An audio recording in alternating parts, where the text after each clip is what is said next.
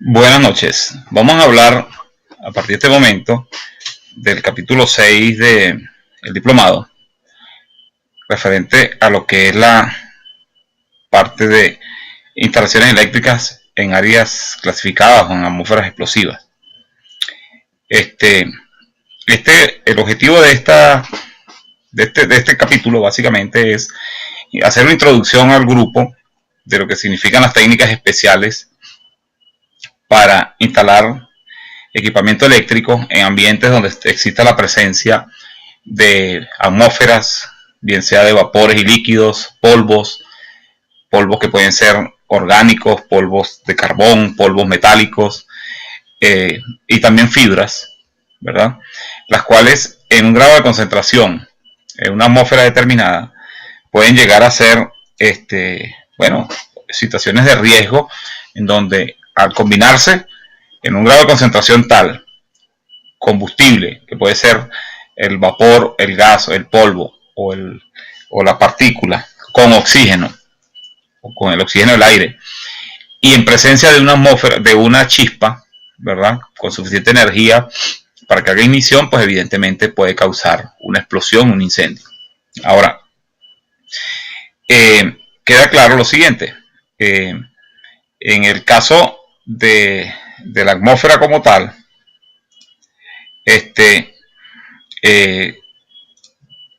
la presencia de esa atmósfera puede ser de manera permanente o de manera eventual. Todo va a depender de cuál es el proceso, cómo se maneja el proceso. Y entonces, básicamente existen las técnicas de protección que permiten entonces lidiar, digámoslo así, en palabras tanto en criollo, lidiar con la circunstancia de la presencia de esa atmósfera explosiva y la necesidad evidente que tenemos de instalar equipamiento eléctrico para accionar procesos, sustancias que están en ese ambiente. Entonces, evidentemente, ¿por qué nosotros los electricistas tenemos que trabajar con estos temas? Bueno, porque la electricidad, como es bien sabido, es una fuente de chispa, o sea, es una fuente de riesgo que puede hacer ignición en ese ambiente. Entonces, digamos, las consideraciones básicas, y incluyendo mecanismos y acciones de protección integradas, tanto de orden primario como secundario, pueden ser: 1. Evitar la sustancia inflamable. 2. Desactivar la presencia de esa atmósfera explosiva, limitar la concentración y generar condiciones artificiales de ventilación que permitan entonces, digamos, bajar esa concentración, y al bajar la concentración pues se reduce el grado de riesgo de esa explosión. Entonces, básicamente podríamos resumirse que es evitar la formación de la atmósfera explosiva como técnicas primarias de protección, prevenir la ignición de la atmósfera explosiva mediante técnicas de protección que permitan que no se produzca esa ignición, y en caso de que se produzca, una tercera opción sería limitar los resultados de esa explosión a un nivel no peligroso. Básicamente, cuando se dice evitar la formación de una atmósfera explosiva, entonces ahí es donde creamos situaciones en donde, por ejemplo, los equipamientos eléctricos se colocan inmersos en arena, por decir algo, ¿verdad? Están embebidos en arena o en resina, de manera que si se produce una chispa, esa chispa no tenga forma ni camino de llegar al ambiente que lo rodea. ¿Cómo se prevé la ignición de una atmósfera explosiva? Bueno, por ejemplo, utilizar equipamientos eléctricos que no tengan la suficiente energía para causar ignición de la atmósfera.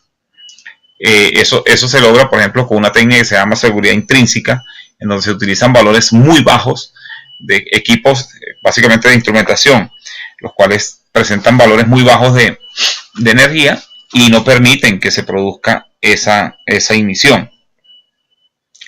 Otra técnicas que limitaría, en este caso un ejemplo de técnica que limitaría los resultados de una explosión, es lo que se conoce como explosion proof, arreglos de cajas y de cerramientos de equipos en los cuales, aunque se produzca la explosión en el interior del equipo, esa explosión o los gases calientes producto de esa explosión tienen un control, se manejan de una manera tal que se les quita energía y se impide que cuando se entren en contacto con la atmósfera que los rodea tengan suficiente energía para causar ignición. El código eléctrico, en su sección 5, su sección 500, ¿ok? Que son los lugares especiales o los ambientes especiales, presenta las técnicas de la NFPA, ¿verdad? Porque básicamente hay dos filosofías o dos técnicas, o dos filosofías que permiten hacer los análisis y trabajar estos temas. La primera filosofía, o la que nosotros, digamos, manejamos con mayor amplitud en esta parte del mundo, es la técnica de la NFPA, ¿ok? La cual se basa en clase, división, grupo y temperatura de ignición. Y está la técnica de la IEC, que se basa en clase, zona, grupo y temperatura de ignición. Ahora, ¿qué significa clase?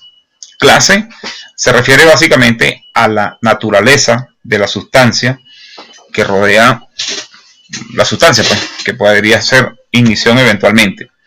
Así, por ejemplo, hablamos de unas sustancias clase 1, donde la clase 1 de las técnicas de la NFPA básicamente se refiere a vapores y líquidos. Existe la clase 2, que se refiere a polvos. Existe la clase 3, estamos hablando técnica de la NFPA, ¿ok? Técnica de NFPA, donde la clase 3 básicamente se refiere a fibras y partículas sólidas en suspensión, digamos, flotantes en el ambiente, ¿ok? Cuando hablamos de división, nos referimos a la probabilidad de presencia de una atmósfera explosiva en un sitio determinado.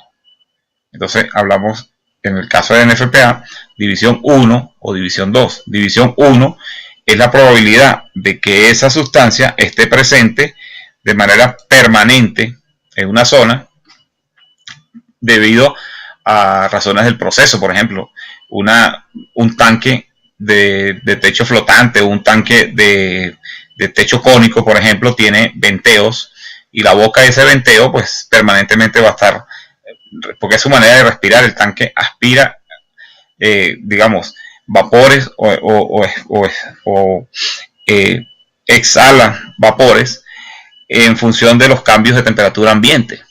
Entonces, ahí en esa tubería presente en el venteo va a estar siempre una atmósfera explosiva. Entonces, eso es un proceso en donde se catalogado división 1 porque de manera permanente está presente. División 2 es cuando esa atmósfera explosiva se presenta eventualmente. Por ejemplo, ocurrió una rotura de una tubería que conducía gas o conducía líquidos inflamables, y se produce un bote de gasolina o de gas, un escape de gas. Normalmente esa atmósfera no está presente ahí, pero en ese momento, producto de ese accidente, se hizo presente. Entonces eso es un grupo de división 2 eventualmente. También puede ser por técnicas de mantenimiento. Hubo necesidad de intervención de esa tubería, entonces fue necesario reemplazar unos sellos o reemplazar una válvula, por ejemplo. Entonces, al removerla, tú tienes exposición de material que está contenido en el lazo cerrado de la tubería, y luego hay un escape ahí. Entonces, en ese momento, de manera temporal, va a haber una atmósfera explosiva. Cuando hablamos de grupo, estamos hablando del comportamiento propio, ya la característica físico-química, digámoslo así, de las sustancias que pueden estar presentes. Entonces los grupos pueden ser A, en el caso de NFPA, grupos A, B, C y D, cuando estamos hablando de vapores y líquidos. Entonces, en la sección 500 del código se detallan un poco mejor las consideraciones en cuanto a los grupos, pero por ejemplo un grupo A es acetileno, es un grupo especial. El grupo B, un representante típico del grupo B, el hidrógeno. En el grupo C pueden haber acetonas. En el grupo D, todo lo que son, por ejemplo, hidrocarburos. Todos los hidrocarburos son grupo D. Gasolina, petróleo, búnker, diésel, todo eso es grupo D. Incluso los gases de hidrocarburos, el metano, el isobutano. ¿Ok? Bueno, ya se está terminando el lapso que tengo de este video, y lo vamos a subir y vamos a ver cómo quedó. Después continuamos en una segunda parte del video. ¿Ok?